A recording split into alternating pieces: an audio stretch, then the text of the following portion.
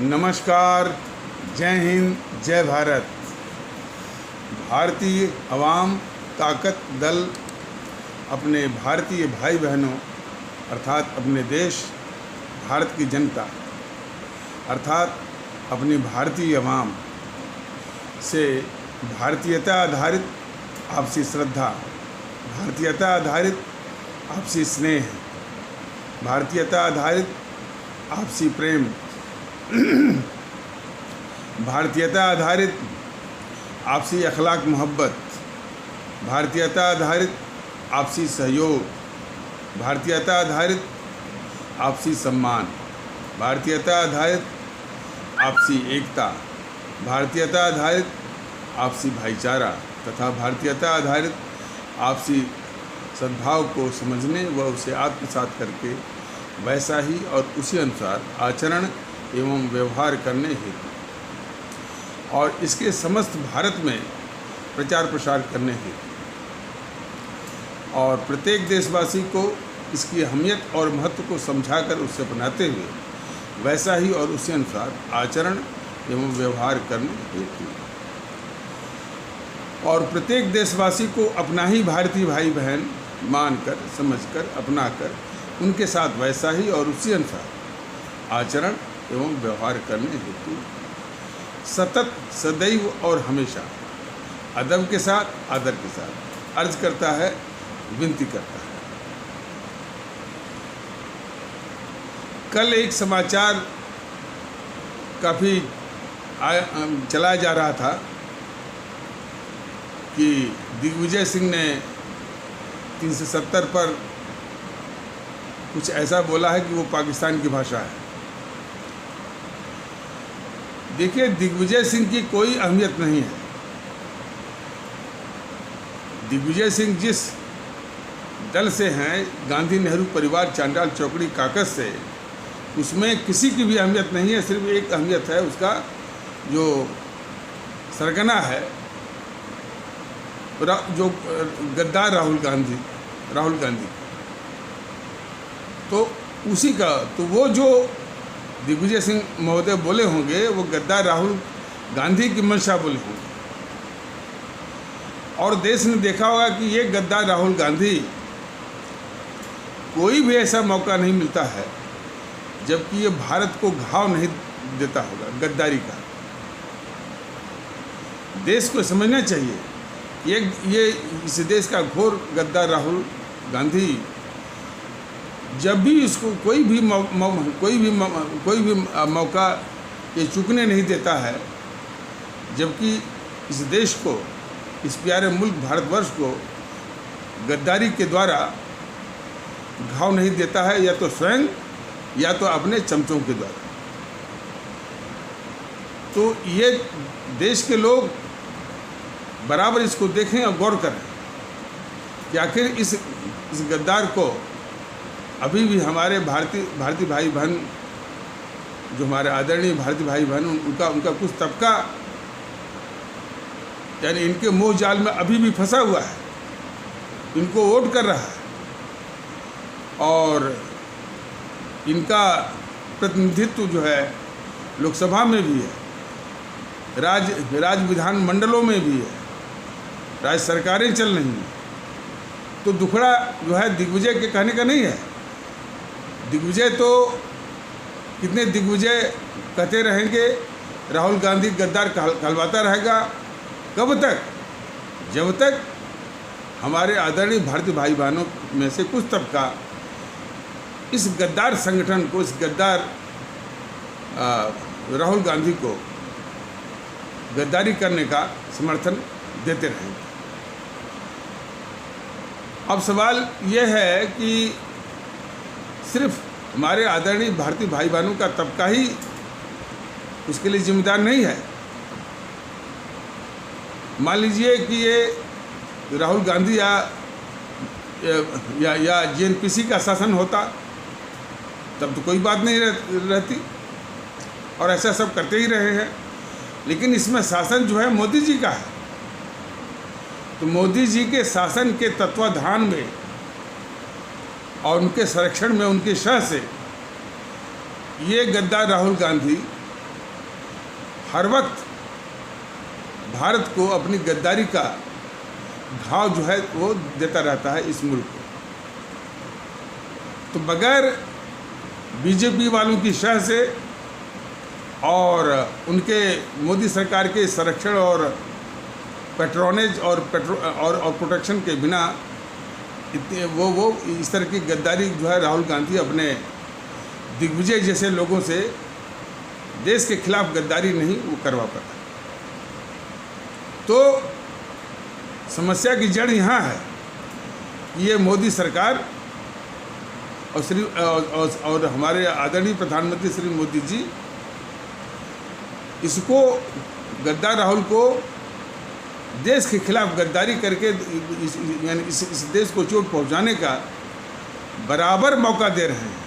और पाखंड के रूप में उनके नेता प्रवक्ता जो है वो प्रेस कॉन्फ्रेंस करते हैं, ये कहते आरोप लगाते हैं। देखिए, ये बातें जो कही जा रही हैं ये उस पर लागू होती है कि जो मुल्क के प्रति संवेदनशील हो, अपने देश के प्रति संवेदनशील हो, देश की सर्वोच्चता उसके मस्तिष्क में हो। लेकिन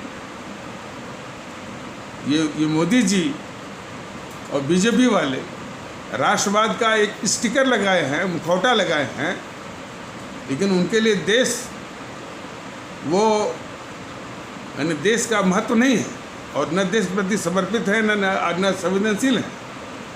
वो सिर्फ इन गद्दारों को पालने जो है पालने का एक ठेकेदारी जो है इन सबों ने ले रखी है। और ये ठेकेदारी सिर्फ मोदी जी के ज़माने से नहीं है। वो अटल बिहारी वाजपेयी महोदय थे जो कि देश के प्रधानमंत्री, तो यही राहुल गांधी बोस्टन शहर अमेरिका में नशीली दवाओं की तस्करी यानी ड्रग स्मगलिंग में पकड़ा गया था। तो वही अटल बिहारी वाजपेयी महोदय अपने प्रधानमंत्री का पद का दुरुपयोग करते हुए उसको जो है ड्रग स्मगलिंग के आरोप से छुड़वाया और बरी करवाया। तो बराबर ये जो जेएनपीसी और बराबर ये बीजेपी और बीजेपी के जब भी प्रधानमंत्री हुए हैं तो इनको देश जेएनपीसी वालों को देश के साथ गद्दारी करने का पूरा मौका इन सबों ने दिया है। ये असलियत है। ये राष्ट्रवादी तो हो ही नहीं सकते। राष्ट्रवाद का मुखौटा पहन करके ठीक उसके विपरीत करतूत जो है जेएनपीसी की रही है। जैसे आज़ादी की लड़ाई की आज़ादी की जंग के दौरान ये कांग्रेस जो है आज़ादी की लड़ाई का मुखौटा पहन करके अंग्रेजी सरकार की मुखबिरी और दलाली कर रही थी।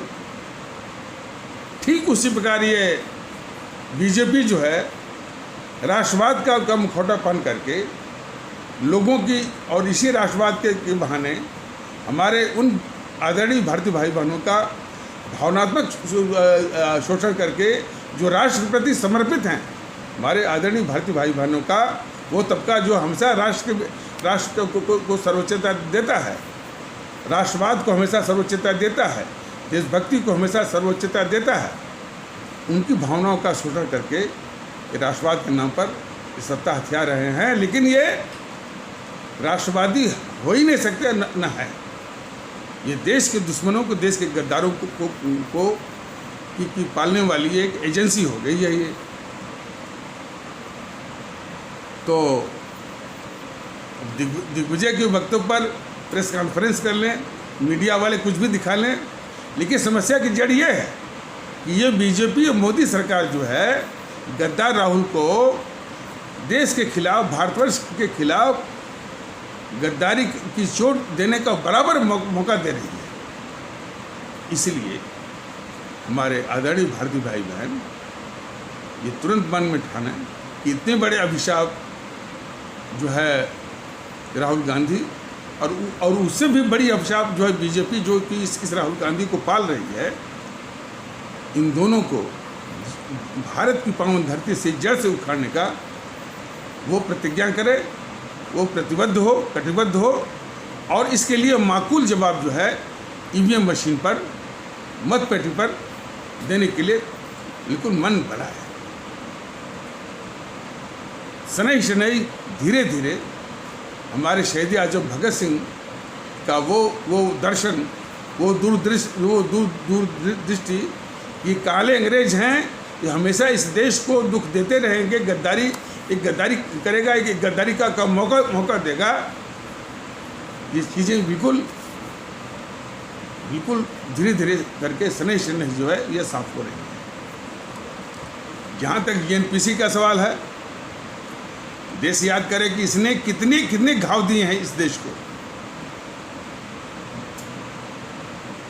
सत्ता की लालच में, सत्ता हथियाने के हवस में नेहरू ने इस देश को बांटा,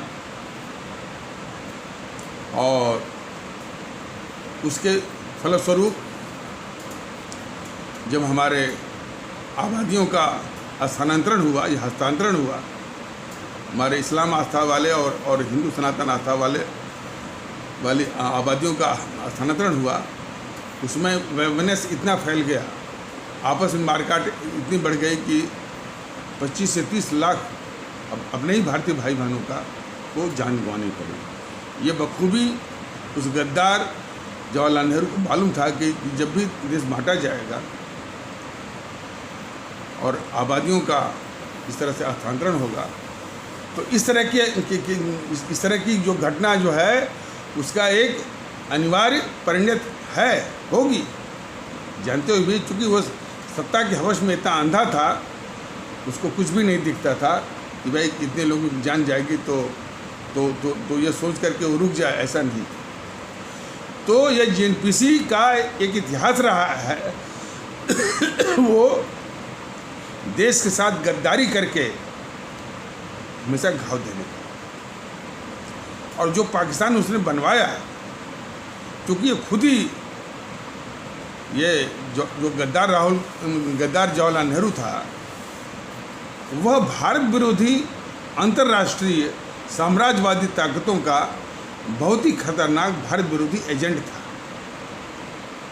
और बहुत ही घातक दुश्मन था इस देश भारत का, और बहुत ही खतरनाक गद्दार था। ये सिर्फ मैंने शब्दों का इसमें जोड़ नहीं है, हर एक शब्द जो है उसके यानी घातक दुर्गुणों को क्वालिफाई करते हैं,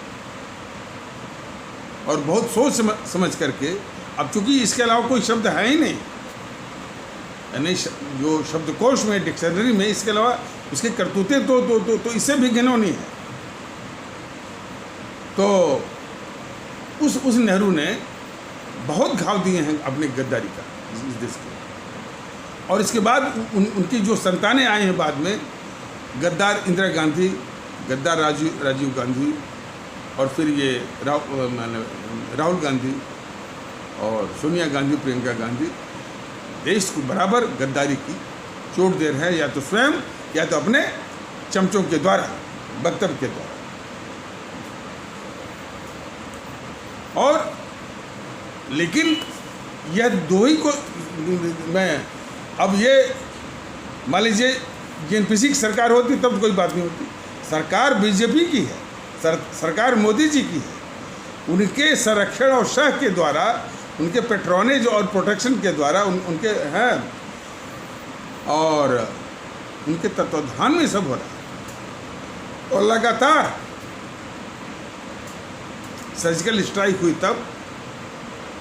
तब वो गद्दारी किया, अपनी सेना को नीचा दिखाने के लिए सबूत मांगा। हमारी वायुसेना ने जब पाकिस्तान के अंदर घुस करके जा करके बालाकोट में आतंकी ठिकानों और शिविरों को नष्ट किया, तब फिर ये गद्दारी किया। डोकलाम के मुद्दे पर जब भारत और चीन के बीच में युद्ध जैसी तनातनी और युद्ध जैसी स्थिति बनी हुई थी, तब भी दुश्मन चीन के राजदूत से चोरी छुपे मिलकर के फिर गद्दारी किया इसने राहुल गांधी। और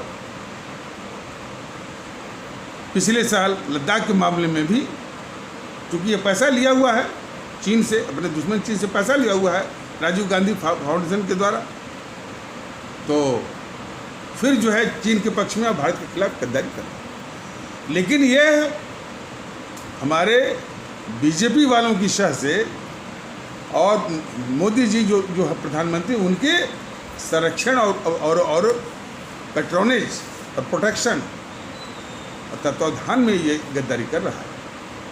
इसलिए उस गद्दारी का पूरी भागीदारी श्री मोदी जी की है और बीजेपी वालों की।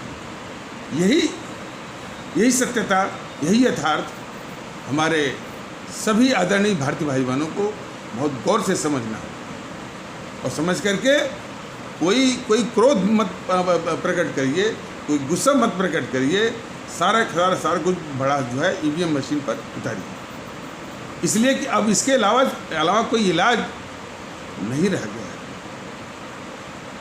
और एक तो गद्दारी का पूरा माने राहुल गांधी के द्वारा इस देश के खिलाफ गद्दारी का पूरा वो इंतजाम किए हुए हैं, और दूसरे ये नाटक करते हैं प्रेस कॉन्फ्रेंस का आयोजन, और उस नाटक को ये सारे टीवी चैनल वाले, ये भी इस देश के गद्दार दुश्मन उसी नाटक को दिखाते रहते हैं। तो ये देखने को मिला। एक समाचार मिला कि असदुद्दीन ओवैसी, जो कि एक संगठन है AIMIM, ऑल इंडिया मुस्लिमीन इत्तेहादुल मुस्लिमीन करके है, उसको चलाता है। उसका छोटा भाई अकबरुद्दीन कभी बोलता है कि 15 मिनट के लिए ये जो संवैधानिक व्यवस्था है, पुलिस सेना को हटा लीजिए, मैं कितनी मारकाट मचाऊंगा इसी देश में, जिस देश ने उसको एक भारतीय नागरिक की इज्जत दिया है, इज्जत बख्शा है, सारी सुविधाएं उठाता है, उसी देश के खिलाफ ऐसा वो खुलेआम उसने वक्तव्य दिया। वो उसका छोटा भाई असदुद्दीन का भाई अकबरुद्दीन। और फिर कभी कहता है कि हम 25 करोड़ 130 करोड़ लोग के ऊपर शासन किए हैं। उसके मन की यानी जो अंदर छिपी हुई उसकी भावना है, वही समय समय पर वो प्रकट हुआ करती है। तो एक अकबरुद्दीन वैसी ही नहीं है, उसी के समकक्ष एक जो है पुष्पवंत कुलश्रेष्ठ भी है। वो दूसरे ध्रुव पर बैठा हुआ है। वो हमेशा जो है समाज में नफरत फैलाना,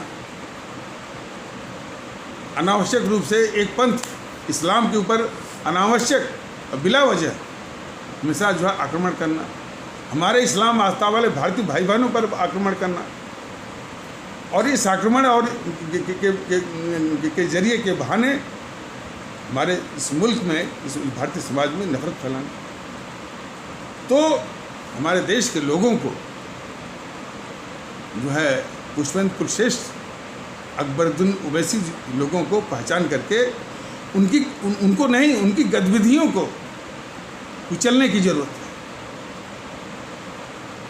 हम नहीं कहते कि उनको कुचल दीजिए, लेकिन उनकी जो ये हरकतें हैं, जो गतिविधियां हैं, उनको कुचलने की जरूरत है।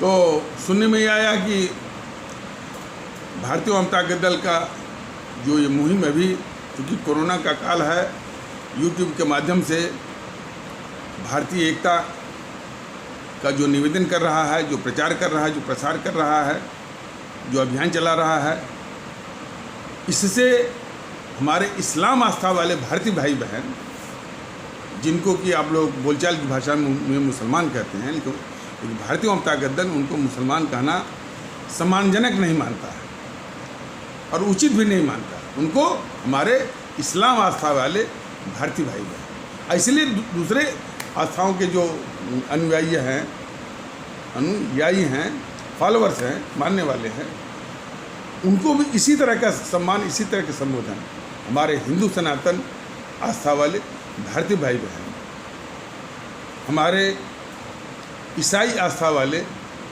भारतीय भाई बहन, हमारे सिख आस्था वाले भारतीय भाई बहन, हमारे इस्लाम आस्था वाले भारतीय भाई बहन, भारतीय भाई बहन का संबोधन और लगाव और ये संबंध बहुत जरूरी है। इसीलिए इस तरह की शब्दावली ये बनाई गई है उनको संबोधित करने के लिए। तो हमारा जो इस्लाम आस्था वाला भारतीय भाई बहनों को जो समाज है वो भी इस बहुत बढ़ चढ़ के इसमें ये हिस्सा ले रहा है भारतीय एकता में। तो ये जो समाज को विखंडित करने वाली शक्तियां हैं विभिन्न रूपों में, अब उनको दर्द हो रहा है, उनको तकलीफ हो रही है।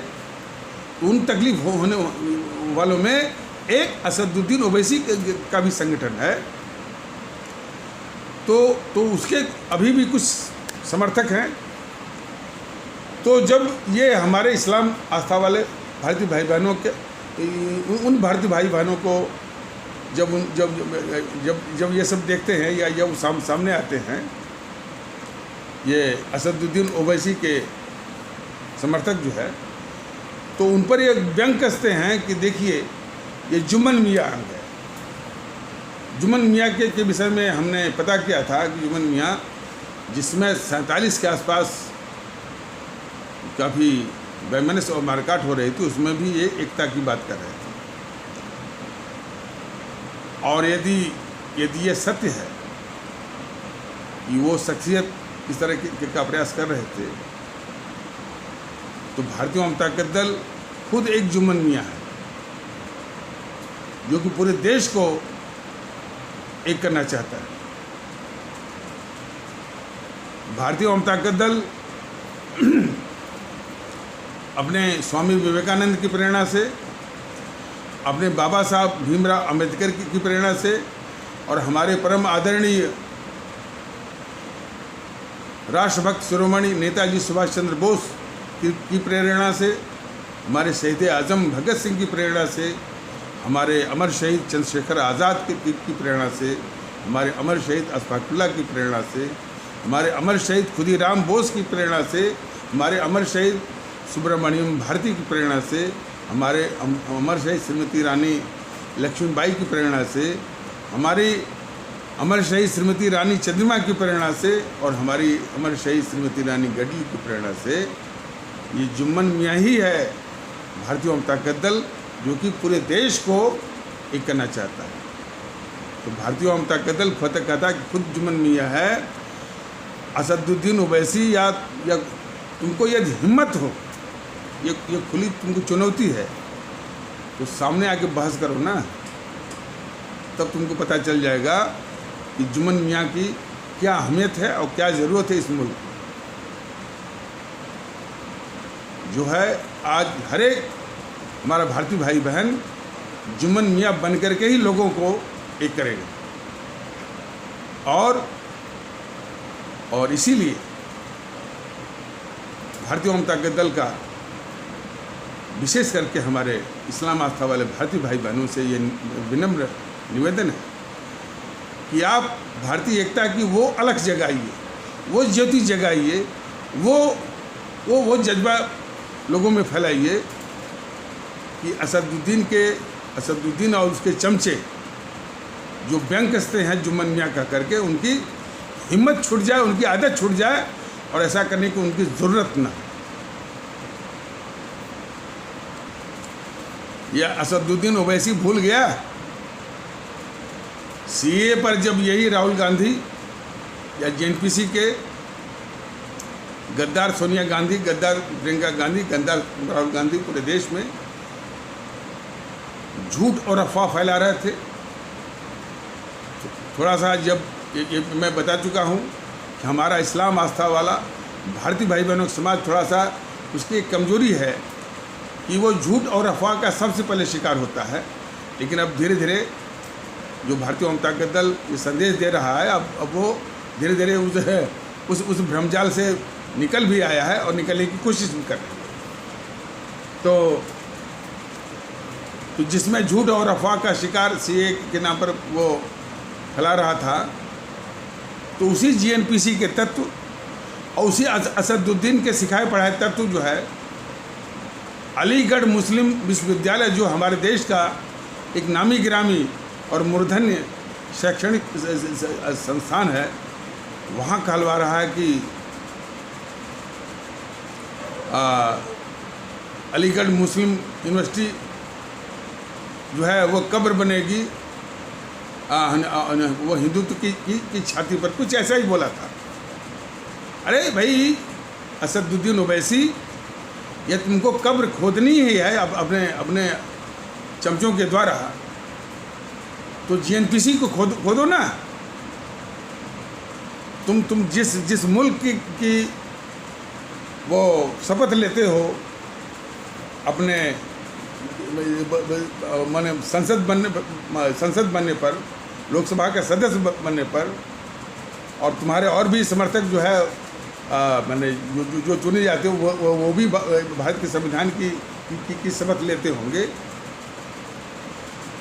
और इतना तो मालूम होगा कि इस भारत का जो दुश्मन है, जो इसका जो गद्दार है, तो वो जेएनपीसी है। तो यदि किसी की छाती पर वो कब्र खोदनी है,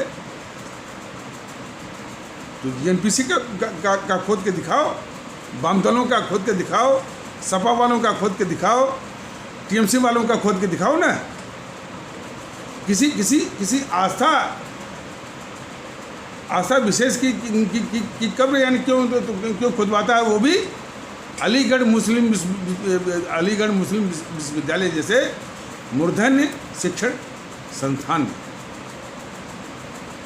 तो ये असदुद्दीन ओवैसी जैसे लोग हैं, उनके चमचे हैं, जीएनपीसी जैसी गद्दार उसके चमचे या ऐसे हरकतें करवाते हैं, वो भी अलीगढ़ मुस्लिम यूनिवर्सिटी जैसे नामी गिरामी और मूर्धन्य शिक्षण संस्थान को बदनाम करने के लिए। ये सारी हकीकतें और सारे यथार्थ तथ्य जो है हमारे इस्लाम आस्था वाले भारतीय भाई बहन भी समझें, और हमारा पूरा भारतीय समाज वो भी समझे, पूरा देश भी समझे। और इस भ्रमजाल में न रहे कि वह अलीगढ़ मुस्लिम यूनिवर्सिटी का उद्गार था, बिल्कुल नहीं। यह अलीगढ़ यूनिवर्सिटी में कुछ असदुद्दीन के समर्थक, जीएनपीसी के समर्थक, वो ऐसी हरकतें जब भी मौका आता है करवाते हैं। तो इसीलिए भारतीय जनता का दल उनको बल्कि चुनौती देता है कि ये तुमको कब्र खोदनी है, तो जीएनपीसी की कब्र खोद के दिखाओ ना, वाम दलों की कब्र खोद के दिखाओ, ममता बनर्जी की कब्र खोद के दिखाओ, स्टालिन की कब्र खोद के दिखाओ, विजयन की कब्र खोद के दिखाओ ना, यदि हिम्मत है तो। लेकिन फिर भी असदुद्दीन ओवैसी आपकी तो नहीं, आपके इस विचारों की कब्र जो है ये इसी भारत में खोदेगी। और हमको पूरा यकीन है कि इसमें सबसे बढ़ चढ़ के जो भाग हमारे इस्लाम आस्था वाले भारतीय भाई बहन ही लेंगे, और वही जो है आपके विचारों की कब्र खोदेंगे इस भारत में। ये सीधा तुमको चुनौती है।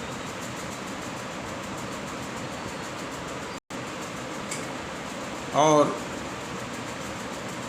जब हमारे इस्लाम आस्था वाले भारतीय भाई बहन असदुद्दीन के विचारों की कब्र खोदेंगे इसी भारत की धरती पर, तो हमको पूरी उम्मीद है कि हमारे हिंदू सनातन आस्था वाले भारतीय भाई बहन भी पीछे नहीं रहेंगे। वो पुष्पेंद्र कुलश्रेष्ठ जैसे लोगों की भी वो कब्र खोदेंगे इसी भारत की धरती पर, और इसी की आवश्यकता है। ये जिम्मेदारी उठाएं, ऐसे खतरनाक तत्वों की हरकतों को उनको कुचलने की आवश्यकता है। वो जो है पुष्पेंद्र कुलश्रेष्ठ और असदुद्दीन जो है ओवैसी जैसे लोगों की, असदुद्दीन ओवैसी हों चाहे अकबरुद्दीन ओवैसी जैसे लोगों की।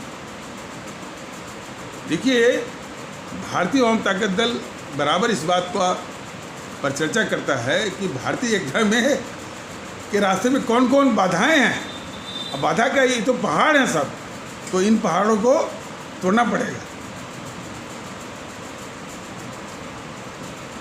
तो फिर से भारतीय वाम ताकत दल कह दे रहा है कि भारतीय वाम ताकत दल खुद एक जुम्मन मियाँ है इस देश के लिए, और ये जो है पूरे देश को भारतीयता के आधार पर एक करेगा। और तुमको यदि हालांकि असद भाषा का प्रयोग नहीं करना चाहिए, असदुद्दीन महोदय, यदि आपको यदि हिम्मत हो,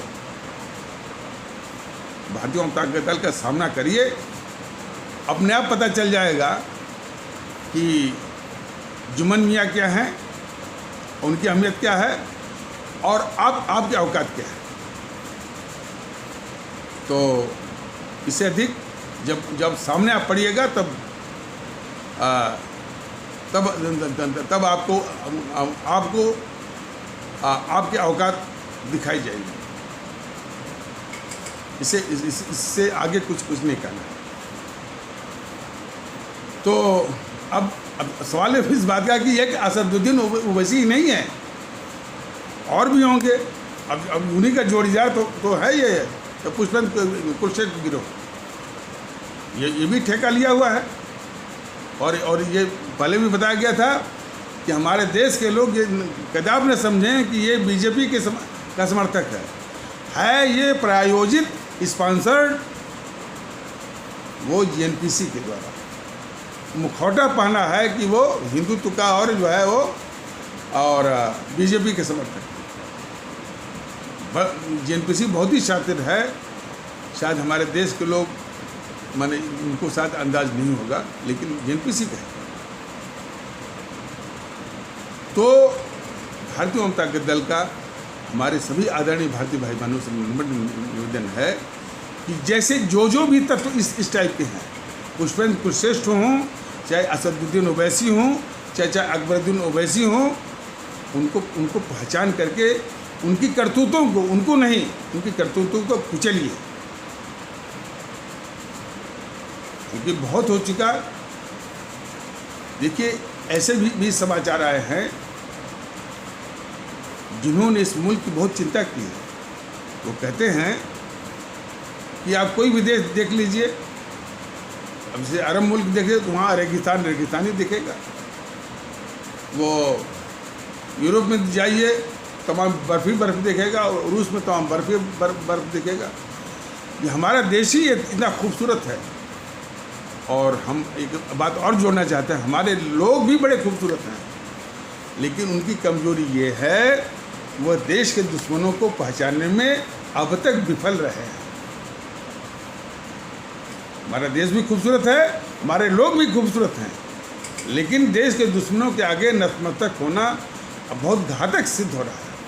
देश के दुश्मनों को पहचानिए, और कोई हिंसा नहीं करनी है।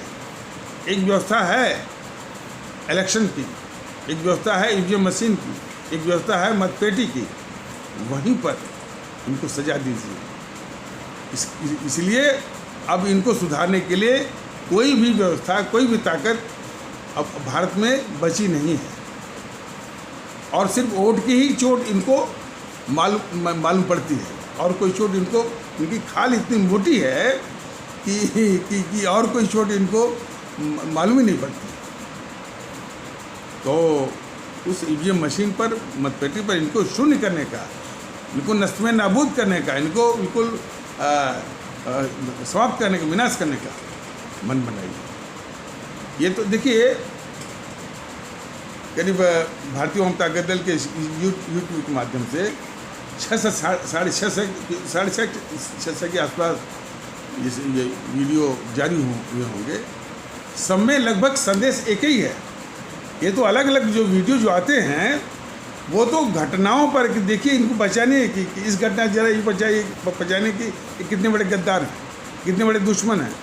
ये घटनाएं इकट्ठा करके भारतीय वाम ताकत दल समझाता रहता है, लेकिन संदेश एक ही है कि यह देश के बहुत खतरनाक दुश्मन हैं। दुश्मनों को ताकत मत दीजिए, दुश्मनों को वोट के द्वारा ताकत मत दीजिए। अभी भी इस देश के दुश्मन के भ्रमजाल में, उनके मोहमाया जाल में अभी अपने भारतीय भाई बहनों का एक बड़ा तबका फंसा हुआ है अभी भी। इसीलिए तो अब जैसे कल तमाम टीवी चैनलों पर हो रहा था कि भाई 2022 में चुनाव है और 5 राज्यों की चुनाव है, 24 में जो है वो लोकसभा का है, और सिर्फ जातियों की बात, इस जात का समीकरण ये बना रहा है, इस जात का समीकरण ये बना रहा है। बिल्कुल कितनी बेहयाई। अब तो हमारे आदरणीय भारतीय भाई बहन के समझने लगे हैं कि हमारा जो भारत का संविधान है वो हमको इस बात का एहसास करवाता है कि हमारा वजूद सिर्फ हम भारतीय हैं। लेकिन ये बेहया चैनल, ये सब चैनल बेहया भी हैं और देश के गद्दार भी हैं, देश के दुश्मन भी हैं। ये ठाकुरवाद, तो ब्राह्मणवाद, तो मुस्लिम, तो हिंदू, इसको ये छोड़ नहीं रहे हैं। देश देखिए, भारतीय अवाम ताकत दल तो इनको पहचान गया है, आप भी इनको पहचानिए। इसका इलाज जो है एक बहुत कारगर इलाज जो है, जब तक कि सत्ता नहीं बदलती इनका इलाज ढूंढना पड़ेगा। और ये बहुत खतरनाक दुश्मन है देश के इस चैनल में। अब मीडिया यानी उस आदत को छोड़ने को तैयार नहीं है कि भाई यानी किसी को ब्राह्मण कहना, किसी को मुसलमान कहना, किसी को हिंदू कहना, ये घोर संविधान विरोधी है। संवैधानिक व्यवस्थाओं के अनुसार इनका बिजनेस चलता है और हर वक्त जो है बेहया के साथ जो है ये संविधान विरोधी हरकत करते रहते हैं।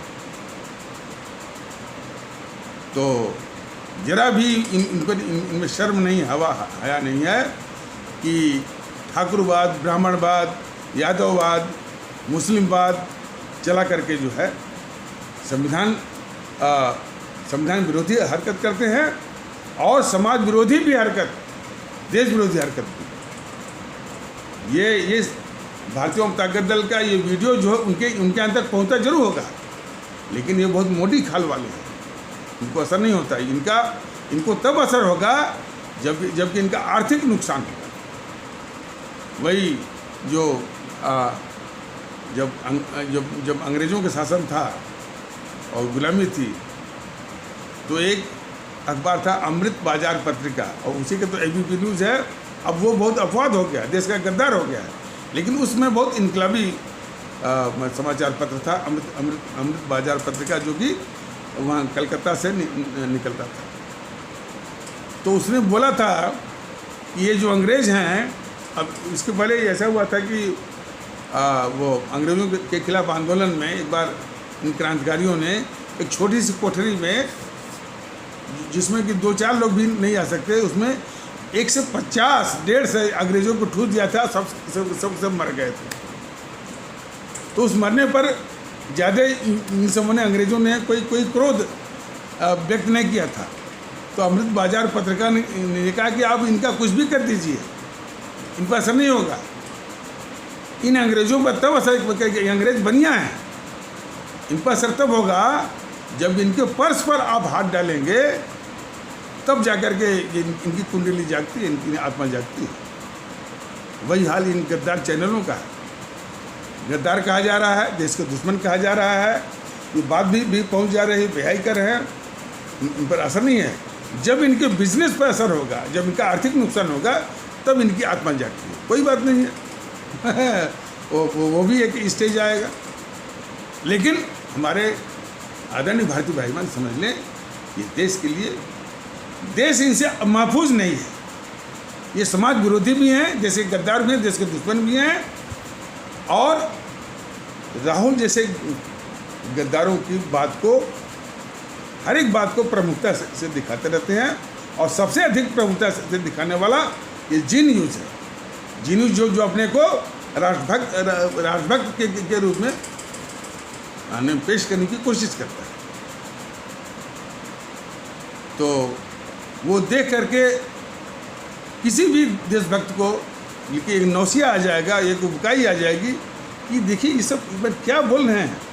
अब जैसे संदीप चौधरी एक है न्यूज़ 24 का, बस योगी के विषय में ठाकुरवाद, ब्राह्मणवाद, ठाकुर ब्राह्मण, यानी भारतीय जनता दल कहता है कि भाई योगी जो है इस देश के लिए अभिशाप हैं, जो कि ये कहता है, मुख्यमंत्री रहते हुए भी क्या कहता है, हम हिंदू हैं।